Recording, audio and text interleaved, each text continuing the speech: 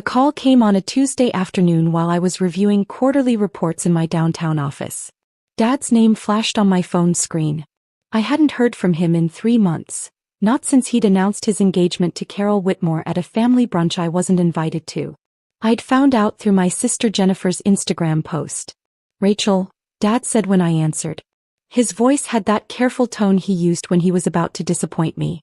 "I'm calling about the inheritance dinner this Saturday." My grandmother had passed away 6 weeks earlier. She was 92, sharp as ever until the end, and the matriarch who'd held our fractured family together through sheer force of will. The inheritance dinner was supposed to be a family gathering before the formal will reading the following week. "What about it?" I asked, already sensing where this was going. "Well, Carol's business partners will be there," Dad explained. "Very successful people. Her consulting firm works with several of them. This dinner is important for her professional relationships." I said nothing. Let him get to the point. "The thing is, Rachel." He paused. "You just not fit in. Carol's trying to make a good impression. These are C-suite executives, venture capitalists. I think it would be better if you sat this one out." There was the same message I'd been receiving my entire life, just in different words. "You're not successful enough. You're not impressive enough. You're an embarrassment to this family." I was 34 years old.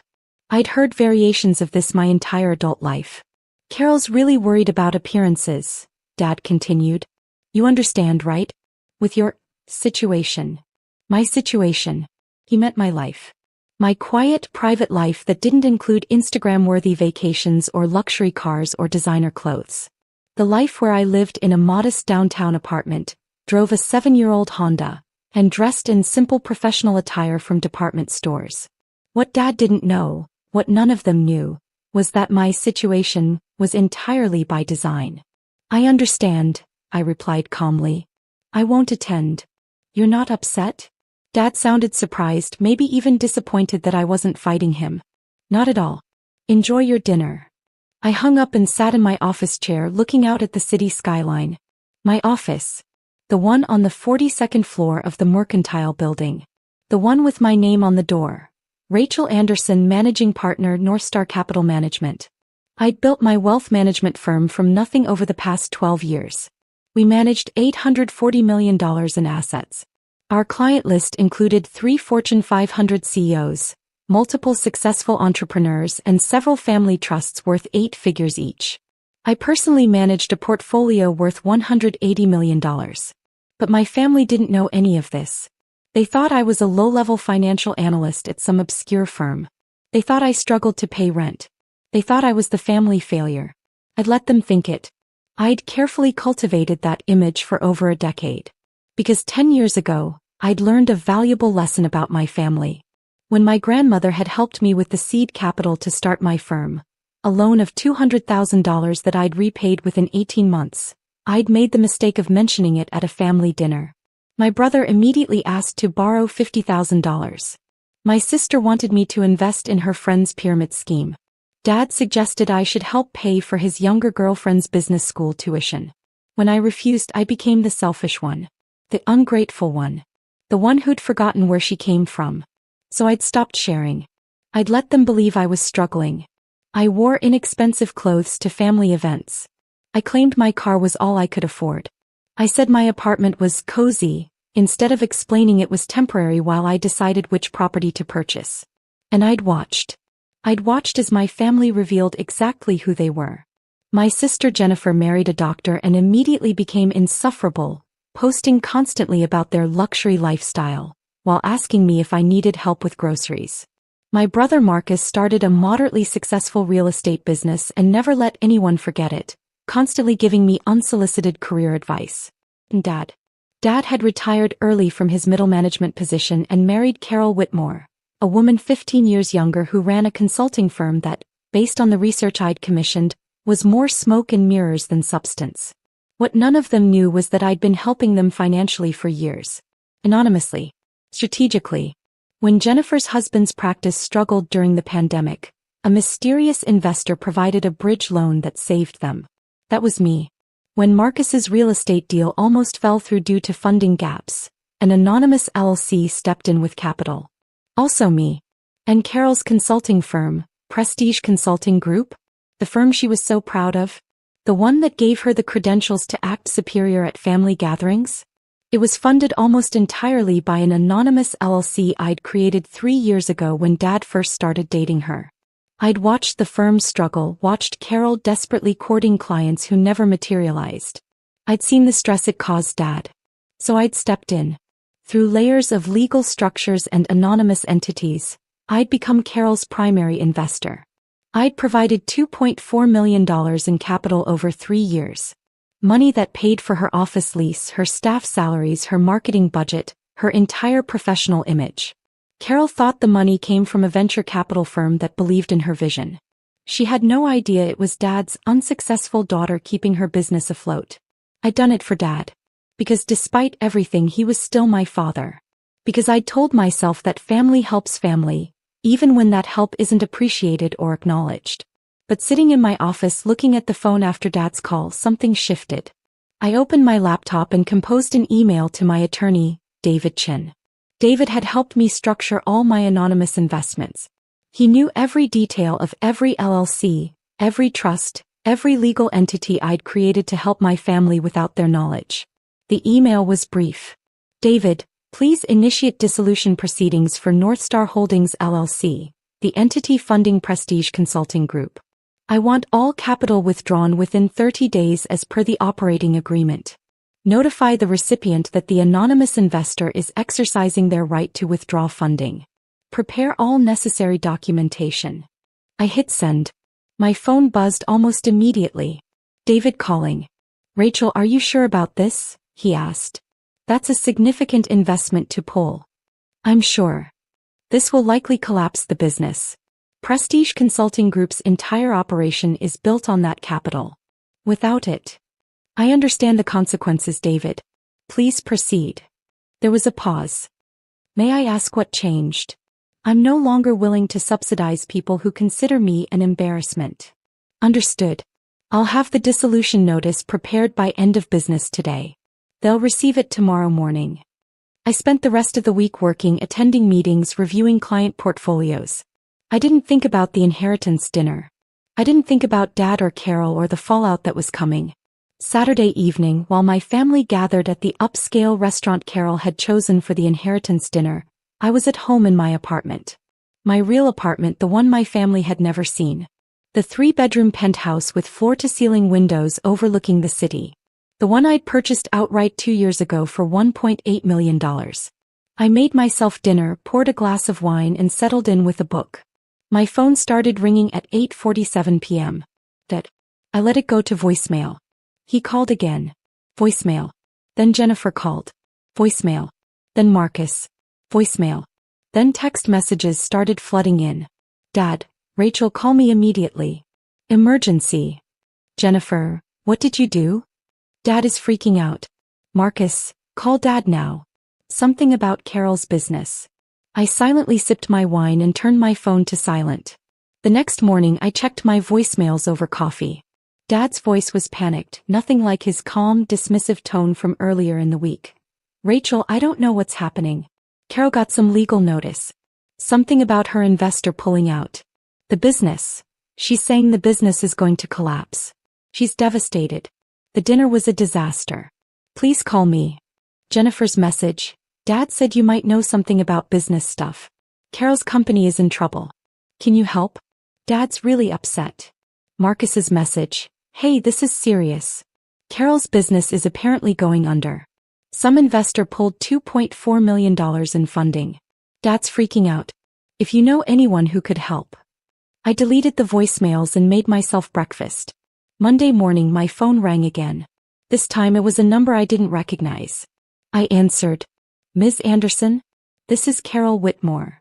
Her voice was tight, professional despite the underlying panic. I'm not sure why I'm calling you, but your father suggested.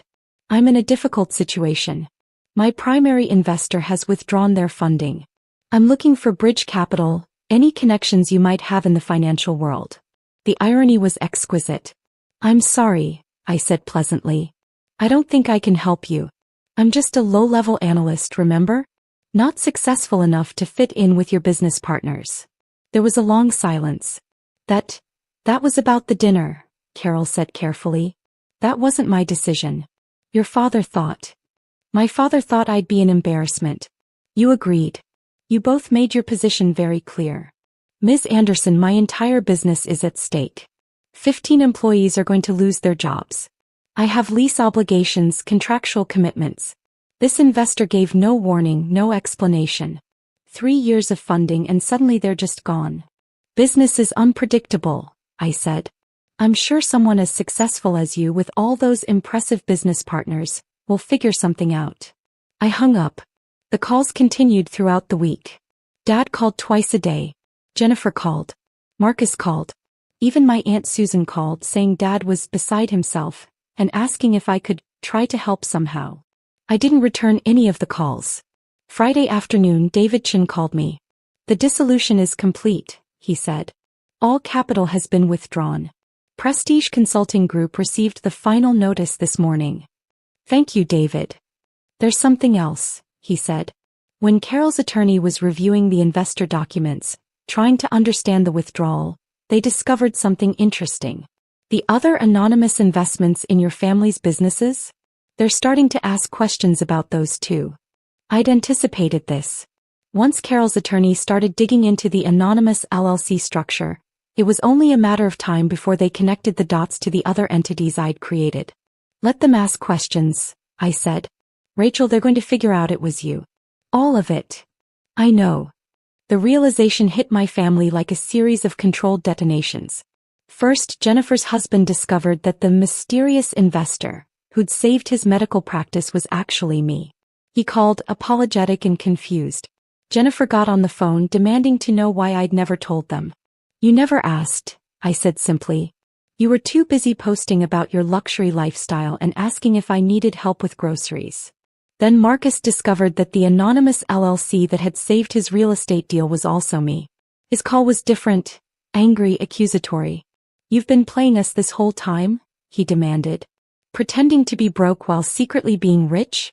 What kind of sick game is that? I never pretended to be broke, I corrected. You all assumed I was struggling because I didn't perform wealth the way you do. I wore normal clothes. I drove a normal car. I lived quietly. You interpreted that as failure. But you let us think. I let you reveal who you really are, I said. And you did. Dad's call came last. It was Wednesday evening, 12 days after the inheritance dinner I hadn't attended. Rachel. His voice was hollow. Carol's business is closing. She's filing for bankruptcy. 15 people are losing their jobs. I'm aware. The attorney, he found documents. The LLC that funded her. It was you. It was you the whole time. Yes. And Jennifer's loan. Marcus's real estate deal. That was all you too. Yes. There was a long silence. I could hear him breathing, processing. I don't understand, he finally said. Why would you help us if you were just going to take it all away? I helped you because you're my family, I said calmly. I took it away because you made it very clear that I'm not really part of that family. Not in any way that matters. The dinner, Rachel, that was just about Carol's business contacts. It wasn't personal. Dad, you told me I wouldn't fit in. You told me I'd be an embarrassment. You uninvited me from a family dinner to discuss my own grandmother's inheritance because your fiancé wanted to impress her business partners. Business partners, by the way, who were only there because I was funding the firm that gave her credibility. I didn't know. That's the point. You didn't know. None of you knew. You were all so convinced I was the unsuccessful one, the struggling one, the family embarrassment. You never asked about my life. You never wondered why I was always fine, always stable, never seemed to actually need the help you occasionally offered out of obligation. So this is revenge. You destroy Carol's business. You pull funding from Jennifer and Marcus. You tear the family apart. I didn't tear the family apart, Dad. There was no family. There was a group of people related by blood who used an anonymous investor, who happened to be me, to fund their lifestyles while treating the actual me with contempt. That's not fair. Isn't it? When was the last time you called me just to talk? When was the last time any of you included me in something that didn't involve you needing something? The only time I hear from this family is when there's a crisis or when you're explaining why I'm not good enough for whatever event you're planning. Dad said nothing. I have a question for you, I continued. The inheritance dinner. The one I wasn't good enough to attend. What was it actually about? What do you mean? Was it really about dividing Grandma's estate? Or was it about Carol networking with her business partners while using a family event as cover? Silence. That's what I thought, I said. Goodbye, Dad. Wait, Rachel, we need to talk about this. The will reading is next week. You need to be there. No, I don't. Grandma and I talked extensively before she died. I know exactly what's in her will. I helped her structure it. You what? Grandma knew everything, Dad. About my firm, about my success, about the anonymous investments in the family. She's known for years. We had lunch every month. We talked about everything. She was the only member of this family who actually knew me. I could hear Dad's breathing change. The realization hitting him. The will reading is at 10 a.m. on Tuesday, I continued. I'll be there. But not because I need to find out what I'm inheriting. I'll be there to watch all of you find out. I hung up. Tuesday morning, I arrived at the attorney's office at 9:55 a.m. I wore one of my actual work outfits, a tailored Armani suit in charcoal gray Louboutin heels, my Cartier watch. My hair was professionally styled.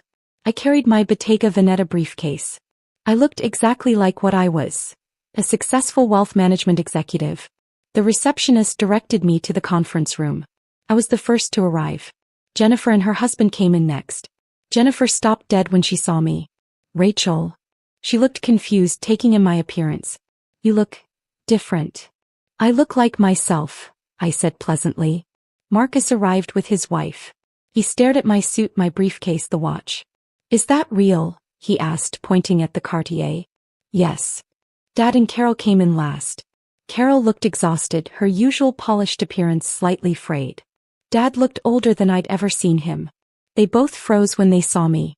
Rachel. Dad started. Good morning, Dad. Carol. The estate attorney, Mr. Harrison, entered and took his seat at the head of the table. He was in his 70s, dignified, precise. He'd known my grandmother for 40 years. Thank you all for coming, he began. We're here for the reading of Mrs. Eleanor Anderson's last will and testament. Before we begin, I want to note that Mrs. Anderson was very specific about how she wanted this handled. She left detailed instructions. He opened the will document. To my son Robert, he read, looking at my father, I leave my collection of family photographs and my grandfather's watch. I hope they remind you of the family values you seem to have forgotten. Dad's face went pale. Mr. Harrison continued. To my grandchildren Jennifer and Marcus, I leave $50,000 each, to be held in trust and released only after they complete a financial literacy course of Rachel's choosing. Jennifer and Marcus looked confused. Insulted. The remainder of my estate, Mr. Harrison read, including my home, valued at $1.2 million, my investment portfolio, valued at approximately $3.8 million, and all other assets, I leave entirely to my granddaughter Rachel Anderson. The room exploded. That's not possible, Marcus said immediately. Grandma wouldn't. There has to be a mistake, Jennifer interrupted. Mr. Harrison raised his hand. There's more. Mrs. Anderson left a letter to be read at this time. He pulled out an envelope and opened it. She wrote this 2 months before her death. He began reading. To my family, if you're shocked by my decision, you shouldn't be. Rachel is the only one of you who ever visited me without wanting something. She's the only one who called just to talk. She's the only one who knew my favorite books, my favorite flowers, my favorite memories. More importantly, she's the only one who built something real. While the rest of you performed success on social media and borrowed money to maintain appearances, Rachel quietly built a life of actual substance. She's successful not because she inherited money or married well, but because she worked for it. And even more importantly, she's the only one who helped the rest of you without expecting credit or recognition. Jennifer, Marcus, Robert. Rachel is the reason many of your ventures succeeded. She was your anonymous investor. She was your safety net. And you never even knew because you were too busy dismissing her as the unsuccessful one. I'm leaving everything to Rachel because she's the only one who doesn't need it and the only one who deserves it. Maybe that will teach the rest of you something about actual worth versus performed worth. With love and disappointment, Eleanor Anderson. The silence in the room was absolute. Jennifer was crying. Marcus looked like he'd been hit in the face. Dad just stared at the table. Carol stood up abruptly. I can't. She left the room. Mr. Harrison placed the letter on the table. Ms. Anderson, you'll need to sign some documents. The estate transfer will take a few weeks to finalize. Thank you, Mr. Harrison. Jennifer looked at me, tears streaming down her face. Rachel, I'm so sorry. I didn't know. I didn't understand. I know you didn't, I said quietly. That's the problem.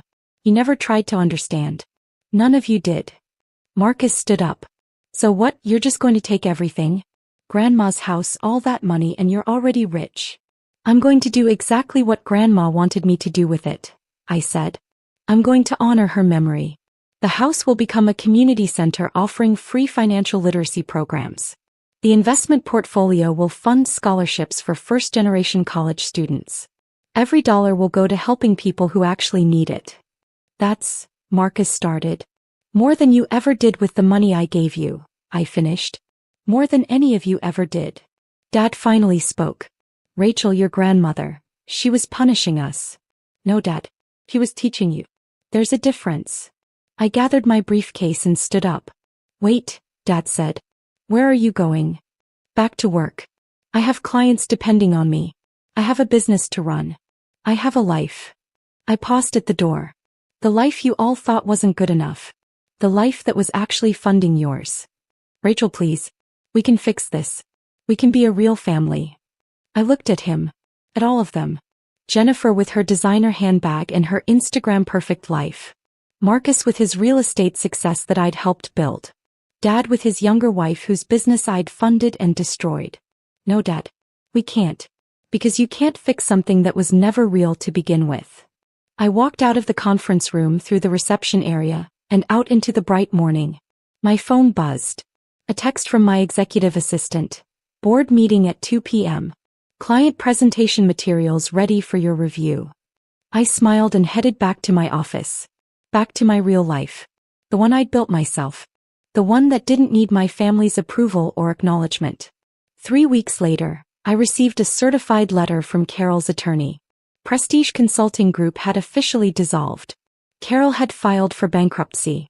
In the letter, her attorney noted that she was seeking employment opportunities and asked if I knew of any openings in the financial sector. I wrote back a brief note. I'm sure someone with Carol's impressive business partners will have no trouble finding opportunities. Unfortunately, I don't have any openings for someone who wouldn't fit in with my firm's culture. I never heard from her again. Dad called once more about a month after the will reading. I answered. Rachel, he said. I just wanted you to know. Carol and I postponed the wedding. We're taking some time. I'm sorry to hear that, I said, meaning it. Whatever else he was still my father. I've been thinking about what your grandmother wrote. About performed worth versus actual worth. He paused. I think I understand now. What you did. Why you did it. Do you? You wanted us to see you for who you really are. Not for what we assumed you were. No, Dad. I wanted you to care enough to look. There's a difference. Another pause. Is there any way? Can we start over? I looked out my office window at the city below. At the life I'd built. At the success I'd earned. I don't think so, Dad. But I appreciate you asking. I understand. His voice was quiet. For what it's worth, I'm proud of you. Of what you've built. I should have said that years ago. Yes, I agreed. You should have. We said goodbye. It was the last time we spoke. 6 months later, I opened the Eleanor Anderson Community Financial Center in my grandmother's house. We offer free financial literacy courses, mentorship programs, and resources for people building businesses from nothing. The waiting list is 6 months long. Sometimes, late at night in my office, I think about what my family expected. They expected the unsuccessful daughter to stay unsuccessful. They expected the quiet one to stay quiet. They expected the embarrassment to stay embarrassed. Instead, they got the truth. And the truth was more than they could handle. I built my empire in silence. I helped them in secret. And when they made it clear that my presence was an embarrassment, I removed it, along with everything I'd been providing. They wanted me to not fit in. Turned out they were right. I didn't fit in with people who measured worth by appearance, who valued performance over substance, who mistook quiet dignity for failure. I fit somewhere better. I fit with the life I built, the clients I serve, the communities I support, the values my grandmother taught me. And that, I finally understood, was exactly where I was supposed to be all along.